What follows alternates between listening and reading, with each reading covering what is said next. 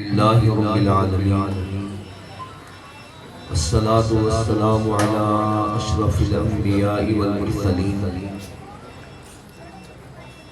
اعوذ باللہ من الشیطان الرجیم بسم اللہ الرحمن الرحیم اللہ ولی الذین آمنوا یخرجهم من الظلمات الى النور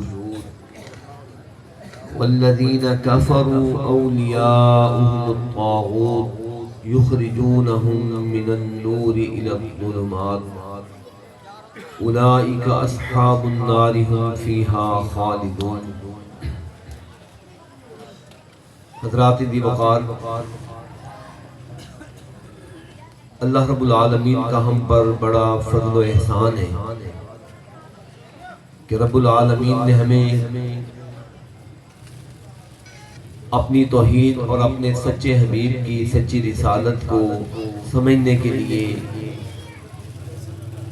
یاد کرنے کے لیے، عمل کرنے کے لیے یہاں پر مل بیٹھنے کا موقع فراہم کیا ہے۔ الحمدللہ الحمدللہ ثم الحمدللہ۔ گزشتہ 3 دنوں سے آج چوتھا دن ہے۔ مختلف جگہوں پر 31 پروگرام اس طرح کے منعقد ہوئے ہیں۔ آج کی تاریخ میں دن کے 3 پروگرام، اور اب رات کے وقت میں رحیم یار خان دڑی سانگی پہ ہمارے سینٹر القرآن ایجوکیشنل کمپلیکس میں بھی پروگرام اسی طرح ہو رہا ہے۔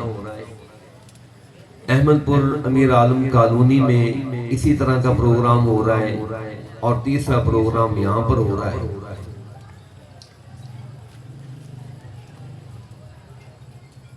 یہ دعوت و تبلیغ کے سلسلے، جس طرح بھی آپ نے ہمارے معزز علماء کرام سے سماعت فرمایا کہ عمل صالح کو فروغ دینے کے لیے، بالخصوص اللہ کی توحید کی غیرت کو بیدار کرنے کے لیے یہ پروگرام منعقد کیے گئے۔ آپ غور کریں، جج کریں۔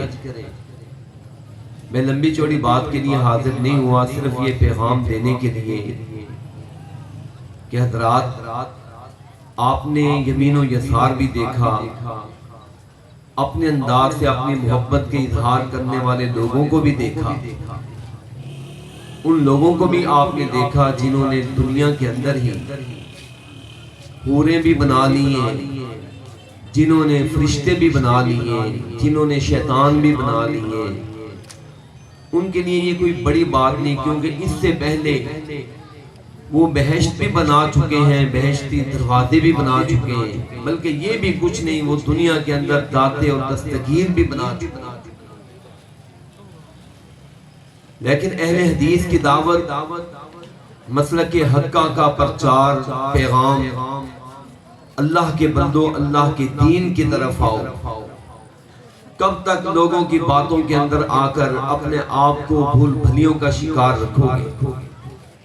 ابھی آپ نے سنا اللہ کی محبت، بندے کا اللہ کے ساتھ محبت کرنا، اللہ کا اپنے بندے کے ساتھ محبت کرنا۔ اس کی طرف آئیے، اس کو سیکھیے۔ ہمارے راستے میں بڑی رکاوٹیں آ چکی ہیں، خانقاہیں، زیارت گاہیں، شخصیات، ہستیاں اور بستیاں۔ کیا نہیں ہو رہا؟ آپ نہیں دیکھ رہے کہ لوگوں کے سامنے جھکا جا رہا ہے، اور جھکانے والے اپنی ٹانگیں پھیلا کر، پاؤں آگے نکال کر لوگوں کو سجدہ کرواتے ہیں۔ کیا نہیں ہو رہا ہے؟ اس کو آپ سجدہ تعظیمی کہہ دیں، غیر تعظیمی کہہ دیں، میرے بھائی سجدہ ہوتا ہی تعظیم کے لیے۔ کون سا سجدہ ہے جو تعظیم سے خالی ہوتا ہے؟ آپ یہ کہہ کر اپنی جان چھڑا سکتے ہیں کیا کہ یہ وہابی ہیں، یہ اہل حدیث ہیں، یہ کہتے ہیں؟ یہ اہل حدیث کا صرف عقیدہ نہیں، یہ قرآن اور سنت کا عقیدہ ہے کہ غیر کے سامنے جھکنا شرک ہے، جو اللہ کو کسی صورت میں وارا نہیں ہے، کبھی گوارا نہیں ہے۔ آقا علیہ السلام نے بالخصوص اس چیز کا بڑا اہتمام کیا اپنی زندگی کے اندر۔ آپ کی دعوت تھی ہی اللہ کی توحید کے پرچار کے لیے، اور ہر نبی کی دعوت نقطہ آغاز نقطہ انتہا، لوگوں اللہ کی طرف آ جاؤ، قولوا لا الہ الا اللہ تفلحون، کامیابی اگر چاہتے ہو لا الہ الا اللہ۔ حتیٰ کہ جب مکہ فتح ہوتا ہے، نبی پاک علیہ السلام نے بالخصوص آپ سیرت کی کتابیں پڑھ کر دیکھیں، اعلان کیا لوگوں جن کے گھروں کے اندر بت موجود ہے بتوں کو توڑ دو۔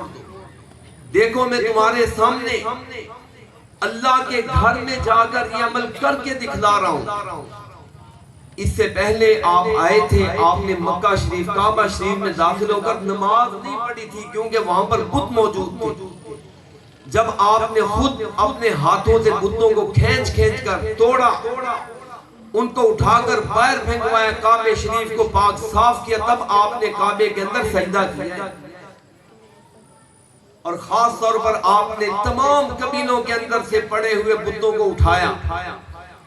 قریش ہے، بنو کنانہ ہے، اس کا بڑا مشہور بت تھا، عزا بت ہوا کرتا تھا۔ آپ علیہ السلام نے قریش کے ثبوت حضرت خالد ابن ولید رضی اللہ تعالیٰ عنہ کے ہمراہی میں 30 جان نثار صحابہ کو بھیجا، جاؤ جا کر اس بت کو توڑ کر۔ آقا علیہ السلام نے اپنے مدینہ کے دو بڑے بڑے خاندان اوس اور خزرج، ان کا بت قدیر جگہ پر منات موجود تھا۔ نبی پاک علیہ السلام نے حضرت زید ابن سعد اشعری رضی اللہ تعالیٰ کو بھیجا کہ جاؤ جا کر اس بت کو بھی نیست و نابود کر کے آؤ۔ بنو حذیل کا بت، سوا نامی بت، جس کو قرآن پاک سورہ نوح کے اندر حضرت نوح علیہ السلام کی قوم کا بت کہا گیا تھا، یہ بت یہاں پر موجود تھا۔ نبی پاک علیہ السلام نے حضرت عمر ابن عاص رضی اللہ تعالیٰ عنہ صحابی کو بھیجا، جاؤ جا کر جان نثاروں کو لے کر جاؤ، اس بت کا خاتمہ کر کے۔ قلس نامی بت قبیلہ طے کے اندر موجود تھا، آپ نے حضرت علی المرتضی رضی اللہ تعالیٰ عنہ کو 150 سوار دے کر بھیجا، جاؤ جا کر اس بت کا خاتمہ کر کے۔ اسی طرح کے بت اور کئی جگہوں پر، خاص طور پر حضرت عبداللہ ابن جریر ابن عبداللہ بجلی رضی اللہ تعالیٰ عنہ، صحیح بخاری شریف میں حدیث ہے، مسلمان ہوئے، آپ نے 150 سوار شاہ سوار ان کے ساتھ بھیجے، جاؤ تمہارے خاندان جو وہاں پر بہت بڑا بت ہے جس کو کعبہ یمانیہ کہا جاتا تھا، ذوالخلصہ جگہ پر، کہا جا کر اس بت کو گرا کر آؤ۔ یہ کہنے لگے اللہ کے رسول میں ہمت کوشش تو کروں گا لیکن گھوڑے کی سواری نہیں کر سکتا۔ نبی پاک علیہ السلام نے 1 نہیں 2 نہیں 5 مرتبہ ان کے حق میں دعا کر کے سینے پر تھپکی دے کر کہا تھا جاؤ مصطفیٰ تیرے لیے دعا کر رہے ہیں اس مہم کو پورا کر کے۔ آقا علیہ السلام نے جزیرہ عرب سے تمام بتوں کا خاتمہ کیا، حتیٰ کہ سن 9 ہجری کے اندر طائف کا بہت بڑا ایک بت موجود تھا۔ حضور علیہ السلام نے جب اس کو گرانے کا ارادہ کیا، یہاں پر حملہ کیا، تو یہ لوگ وفد کی صورت میں آقا علیہ السلام کی خدمت میں حاضر ہوتے ہیں، کہنے لگے ہم کلمہ پڑھنے کے لیے تیار ہیں، بس ہماری ایک شرط۔ کیا چاہتے ہو؟ کہنے لگے ہمارا بت 3 سال کے لیے اس کو کچھ نہ کہا جائے، وہ ہماری محبتوں کا محور و مرکز۔ آپ نے فرمایا کلمہ بھی پڑھنا چاہتے ہو، بت کو بھی رکھنا چاہتے ہو، یہ کون سا اسلام ہے؟ مجھے منظور نہیں ہے، میں اللہ کا پیغمبر دنیا سے بتوں کے خاتمے کے لیے بھیجا گیا ہوں، اگر کلمہ پڑھنا ہے پھر بتوں کے ساتھ محبتوں کو چھوڑنا پڑے گا۔ حضور علیہ السلام نے سفیان ابن حرب، حضرت مغیرہ ابن شعبہ، حضرت خالد ابن ولید اور دیگر صحابہ کرام کو اس طرح بھیجا ہے کہ جاؤ جا کر توڑ کر آؤ۔ اور سیرت کی کتابوں کے اندر جب صحابہ اس بت کو توڑنے کے لیے گئے، طائف کے لوگ سارے باہر امڑ پڑے، لوگ دیکھنے کے لیے آگے کہ مسلمان اب اس بت کو توڑیں گے، پتہ نہیں ان کے اوپر کیسا قہر ٹوٹے گا۔ عقیدہ ہے نا لوگوں کا، اس درخت کو نہ چھیڑو، اس فلاں چیز کو ہاتھ نہ لگاؤ، یہ بڑی کرنی برنی والا ہے۔ لیکن اللہ کے فضل و کرم سے اس زمانے میں بھی عقیدہ تھا، آج بھی عقیدہ ہے، ان کے اندر کچھ بھی نہیں رکھا ہے، ساری طاقتیں کس کے پاس ہیں؟ میرے مالک کے پاس ہے۔ اس لیے حضرت فرما رہے تھے نا اب ہمیں دیکھ لیں، نہ گلے کے اندر کوئی تعویذ ہے، نہ بازو کے اندر کوئی کڑا ہے۔ اللہ پاک پر جن کا اعتقاد اور ایمان ہوتا ہے، اللہ ان کو ایسی ساری خرافات سے محفوظ۔ سیرت کے اندر، حدیث کی کتابوں کے اندر جب صحابہ نے گرد اٹھا کر، کلہاڑے اٹھا کر اس بت کو توڑنے کے لیے کوشش کی، لوگ جمع ہو گئے، جرت نہیں تھی، لیکن وہ دیکھنا چاہتے تھے پتہ نہیں آج کیا بنے گا۔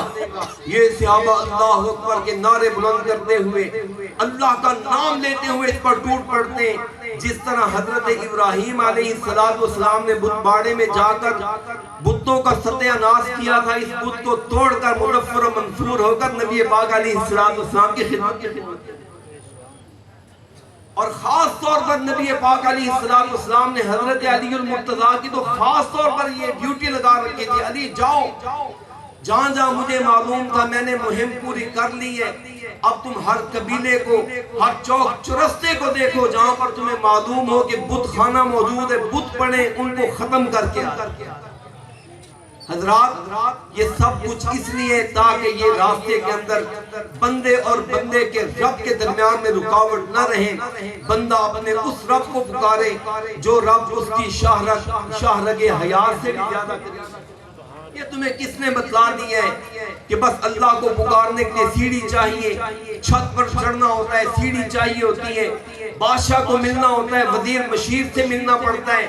حضرت شاہ ولی اللہ رحمت اللہ علیہ نے اپنی کتاب الفوز الکبیر کے اندر ذکر کیا ہے، کہا یہ مثالیں نہ ذکر کیا کرو، یہ دنیا والوں کے ساتھ مثالیں ججتی ہیں، عرش کے مالک کے ساتھ یہ مثالیں ججتی ہیں۔ حضرات ہمارا پروگرام، ہمارا عقیدہ، ہمارا عمل کسی کی مخالفت نہیں، ہم کسی پر چوٹ نہیں، دعوت حق پیش کرتے ہیں، اللہ کے بندوں اللہ کے دین کی طرف آؤ، قرآن کی طرف آؤ، حدیث کی طرف آؤ۔ یہ کس نے آپ کو کہہ دیا ہے کہ قرآن مشکل کتاب ہے، سمجھی نہیں جا سکتی، اس کے لیے 36 علوم چاہیے، 28 علوم چاہیے، 14 15 18 علوم چاہیے، جھوٹی باتیں۔